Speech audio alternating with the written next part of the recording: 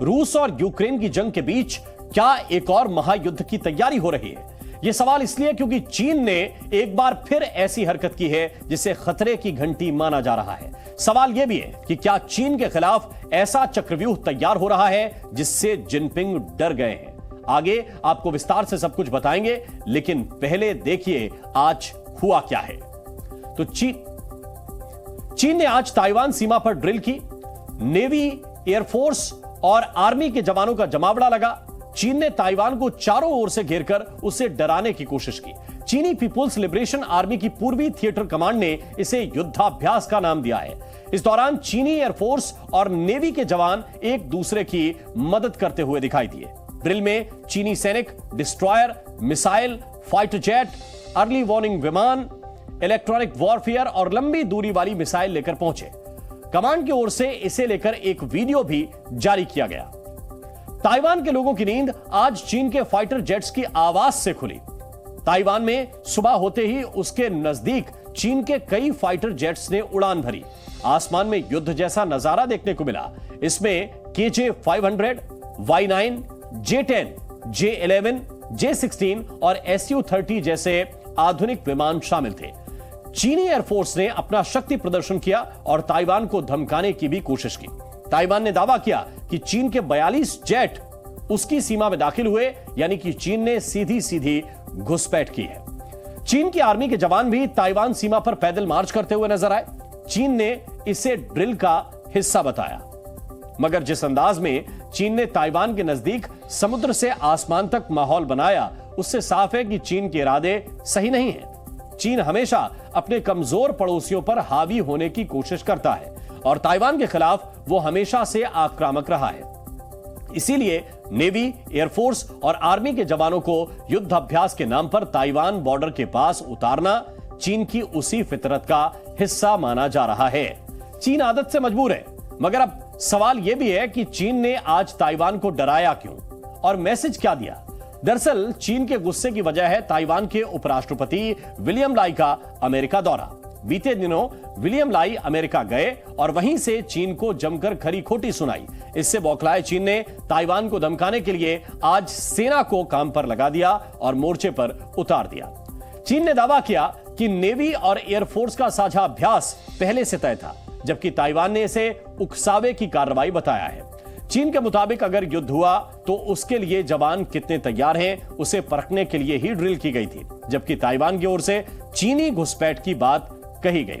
चीन ने कहा कि सेना के कोऑर्डिनेशन को लेकर सबको एक साथ लाया गया, जबकि ताइवान के रक्षा मंत्रालय की ओर से चीन पर जवाबी कार्रवाई के लिए खुद को तैयार बताया गया। चीन ने इस ड्रिल को अमेरिका समेत इन तमाम देशों के लिए चेतावनी बताया जो ताइवान का समर्थन करते हैं। वहीं ताइवान ने यह साफ किया कि देश की रक्षा के लिए उनकी सेना पूरी तरह से सक्षम है। चीन की घुसपैठ और डराने की साजिश के बीच ताइवान ने भी अपने फाइटर जेट तैयार कर लिए। एयरबेस पर अचानक हलचल बढ़ गई। ताइवान ने सीधे सीधे कहा कि चीन की धमकियों से वो डरने वाला नहीं है और मुंहतोड़ जवाब देने के लिए तैयार है। चीन और ताइवान के बीच मौजूदा तनाव कहां तक जाएगा और आगे क्या होगा, इस पर पूरी दुनिया की नजर लगी हुई है। यहां पर यह समझना बहुत ही जरूरी है कि चीन और ताइवान में टकराव क्यों है। दरअसल चीन ताइवान को पहले से ही अपना हिस्सा मानता रहा है, जबकि ताइवान खुद को एक स्वतंत्र देश मानता है। ताइवान का अपना संविधान है और वहां पर चुनी हुई सरकार का शासन भी चलता है। ताइवान चीन के दक्षिण पूर्व तट से बहुत ही करीब है। कई अमेरिकी समर्थक देश ताइवान के आसपास हैं और अमेरिकी विदेश नीति के लिहाज से ताइवान बहुत ही महत्वपूर्ण है, बेहद अहम है। इसीलिए चीन ताइवान पर कब्जा जमाना चाहता है। ताइवान और चीन के बीच चल रही ताजा तनातनी से दुनिया की टेंशन भी बढ़ गई है। इसका कितना असर हो सकता है और क्या संकेत हैं, इस पर आपको एक्सपर्ट्स की राय जरूर सुननी चाहिए। जो विलियम लाई है, अभी जो वाइस प्रेसिडेंट हैं, वो नेक्स्ट इलेक्शन में जो जनवरी में होने वाला है उसके अंदर प्रेसिडेंट बनने की आशा है।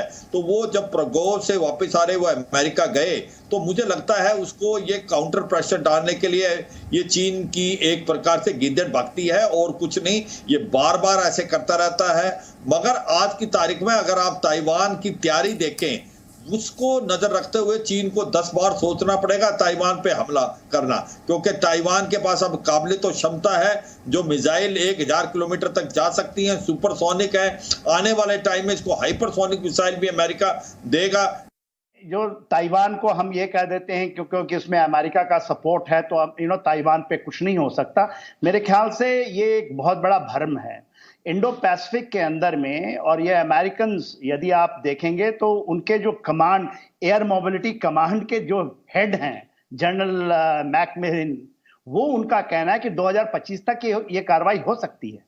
और हम कभी कभी इसको हल्के में ले लेते हैं कि क्योंकि अमेरिका आ गया। अमेरिका अपना रीडिप्लॉयमेंट कर रहा है इंडो पैसिफिक में, अपने सेंटर ऑफ ग्रेविटी को शिफ्ट कर रहा है।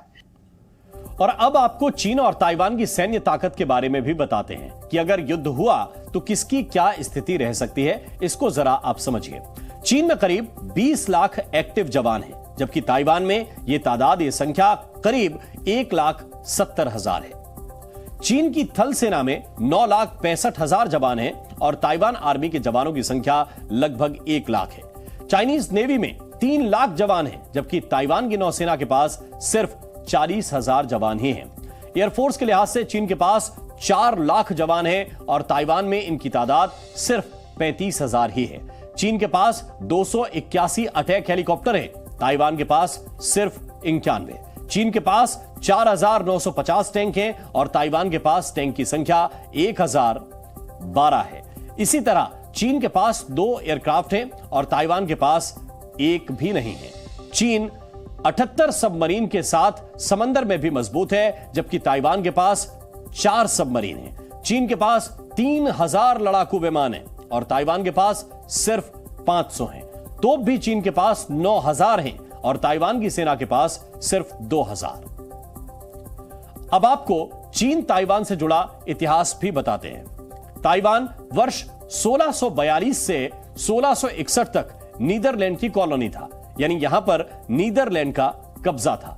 उसके बाद चीन के चिंग राजवंश ने वर्ष 1683 से 1895 तक ताइवान पर शासन किया।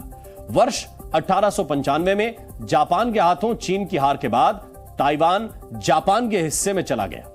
दूसरे विश्व युद्ध में जापान की हार के बाद अमेरिका और ब्रिटेन ने ताइवान को चीन के राजनेता और military commander Chiang Kai Shek को सौंप दिया। लेकिन कुछ सालों बाद चीन में गृहयुद्ध छिड़ गया और माओ त्से तुंग के नेतृत्व में कम्युनिस्ट ने चियांग काई शेक की राष्ट्रवादी कुओमिंतांग पार्टी को हरा दिया। हार के बाद चियांग और उनके सहयोगी चीन से भागकर ताइवान चले गए और ताइवान में अपनी सरकार चलाने लगे। दोनों ही खुद को असली चीन बताते हैं। ताइवान खुद को रिपब्लिक ऑफ चाइना कहता है, जबकि चीन का आधिकारिक नाम पीपल्स रिपब्लिक ऑफ चाइना है। विवाद काफी पुराना है, मगर चीन की सेना का आज का एक्शन ताइवान पर क्या असर डाल रहा है? चीन की धमकी से ताइवान के लोग कितने परेशान हैं और वो क्या सोच रहे हैं, ये भी आप समझ लीजिए। 我觉得还好，因为其实演习也蛮多次，然后新闻也一直报说，就是可能中国那边一直在演习，然后干扰我们的台湾海域，但是感觉就只是一个那叫什么贺主吧，不然就是一个就是做个意思意思这样子，对吧？感觉要真的打过来有点难，虽然说有可能，但是应该有点难，对，大概。Z News。